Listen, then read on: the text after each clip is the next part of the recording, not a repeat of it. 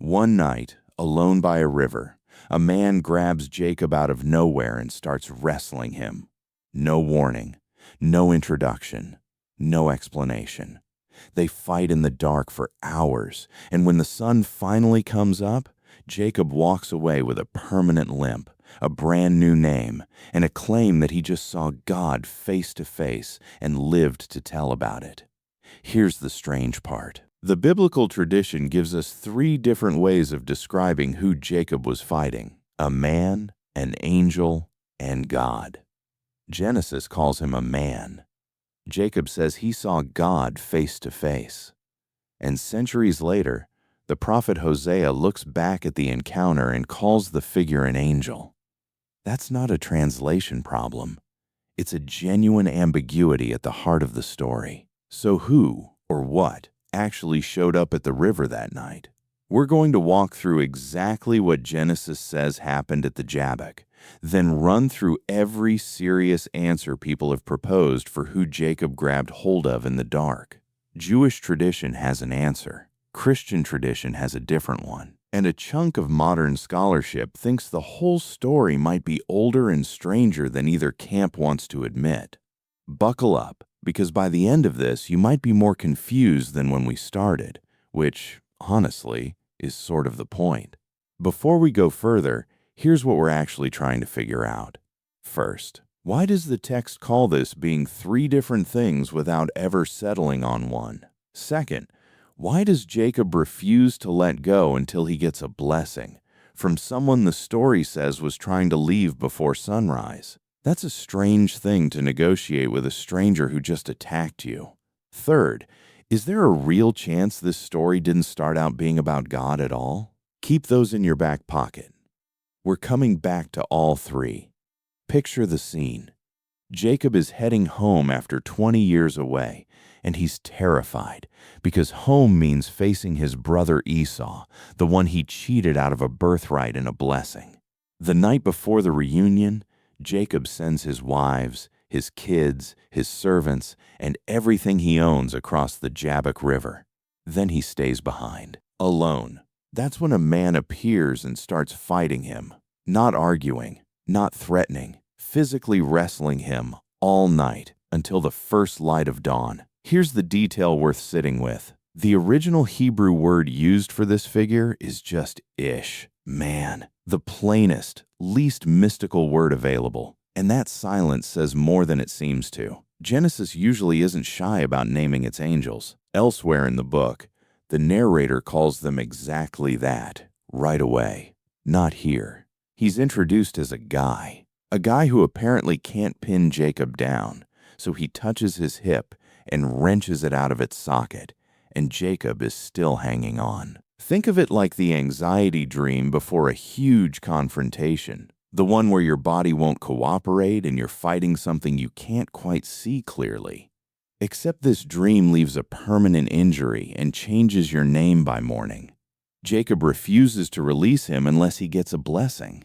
The being asks Jacob's name, changes it to Israel, and when Jacob asks for a name in return, he gets nothing, just a blessing, and then he's gone. Genesis never calls this figure an angel. That word shows up somewhere else entirely, and it changes the whole picture. The word angel, Hebrew malach, doesn't actually appear in this story at all. It comes from the prophet Hosea, writing centuries later and looking back at this exact night. Hosea says Jacob struggled with an angel and prevailed, weeping and begging for favor, and in the very same breath says Jacob strove with God.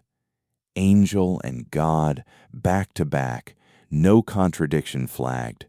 Whoever wrote that down didn't seem to think the two labels were fighting each other.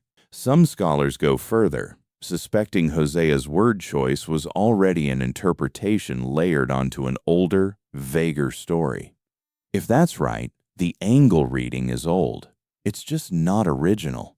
Genesis itself leans into the ambiguity even harder. Jacob names the spot Peniel, meaning face of God, and says outright that he saw God face to face and lived. Not an angel, God. And the new name he receives, Israel is explained right there in the text as meaning something close to, he struggles with God. So the man you can't identify by name gives you an identity built around wrestling with the divine. If that sounds designed to keep you guessing, that's because it probably was. And it didn't take long for the ambiguity to make people uncomfortable. By the 1st century CE, the Jewish historian Josephus was already retelling the episode with the opponent identified as an angel. Targums Pseudo-Jonathan goes further, identifying the angel with Michael. The Hebrew of Genesis never does that work for you. It leaves the wound open, so the text won't pin it down. Which means everyone who reads this story eventually has to wrestle with it too, and people have landed in some very different places. One old Jewish reading, recorded in Genesis Rabbah, treats the attacker as the guardian angel of Esau, sent to stop or test Jacob the night before the two brothers finally meet again. The idea is credited to the sage Rabbi Chama bar Chanina, writing around the 5th century. Later, Kabbalistic writers went further and gave that angel a name, Samael, a figure tied to accusation and judgment. The Zohar doesn't hedge on this either. It names Samael outright as the one Jacob grappled with at the ford. What this theory solves is genuinely satisfying. It gives the fight a reason to happen at that exact moment in the story, right before the tensest reunion of Jacob's life. It reads less like a random encounter and more like Jacob has to defeat Esau's shadow before he can face Esau himself. What it costs you is that nothing in Genesis actually names this figure. It's a later layer, added by readers trying to make sense of a story that refused to explain itself, which, again, tracks with everything so far. The most direct reading takes Jacob at his word. He said he saw God face to face, so maybe that's simply true, and this is a rare, physical, unmediated encounter with the divine. Christian writers picked up this thread early. In the 2nd century, Justin Martyr argued that the figure the Old Testament calls the angel of the Lord was really the pre-incarnate Christ, appearing before his own birth, since the New Testament insists no one has ever seen God the Father directly. Later theologians applied the same logic here at the Jabbok, treating the wrestler as an early, physical appearance of the Son. What this view solves is obvious. It takes Jacob's own naming of the place seriously instead of explaining it away. What it costs is a genuinely uncomfortable theological problem. Why would God need to ask Jacob's name? Why would an all-powerful being need to leave before sunrise or fail to overpower one exhausted man all night? Ancient readers noticed this discomfort too, which is a big part of why the angel and Esau's shadow readings exist in the first place. Here's the theory that tends to surprise people. Some scholars, beginning with figures such as Hermann Gunkel, have proposed that the story preserves older folklore about a supernatural encounter at a river crossing. Ancient Mediterranean and Near Eastern traditions contain stories of supernatural beings associated with rivers and boundary places, and Greek mythology has its own examples. Aeschylus, the river god, wrestled Heracles for the hand of a bride and came away missing a horn for his trouble. Under this theory, one possibility is that an older local tradition surrounding the Jabbok ford was eventually incorporated into Jacob's story and reframed around Israel's God, folded into exactly the geographic and emotional turning point where it would hit hardest, the border crossing before he faces his brother. What it solves is almost everything structurally strange about the scene. Why the fight has to end by daybreak. Why the attacker can't simply win. Why the location gets such specific attention. What it costs is that it's reconstruction, not proof, pieced together from comparison rather than found written on a tablet somewhere. And for readers who want this to be a straightforward divine encounter, it's the least comfortable answer on the list, which, once more, is exactly what you'd expect from a story that never wanted to be pinned down. There's a quieter, more modern reading too.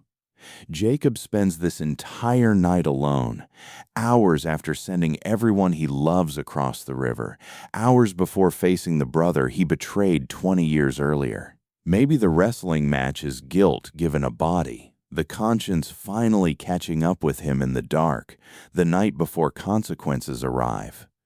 It's an emotionally honest reading, and a lot of people find it the most relatable one. It just struggles with the physical details. A limp that lasts the rest of his life.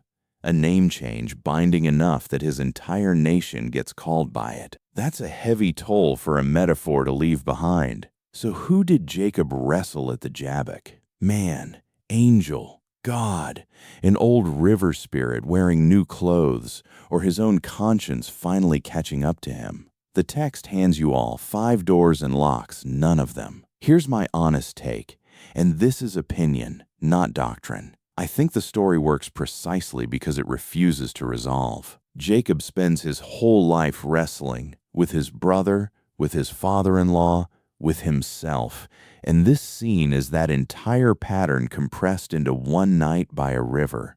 Pin down exactly who he fought, and you lose what makes the story worth telling in the first place. Thanks for sticking around for this one. If you've got a theory of your own about who showed up that night, drop it in the comments. I read all of them.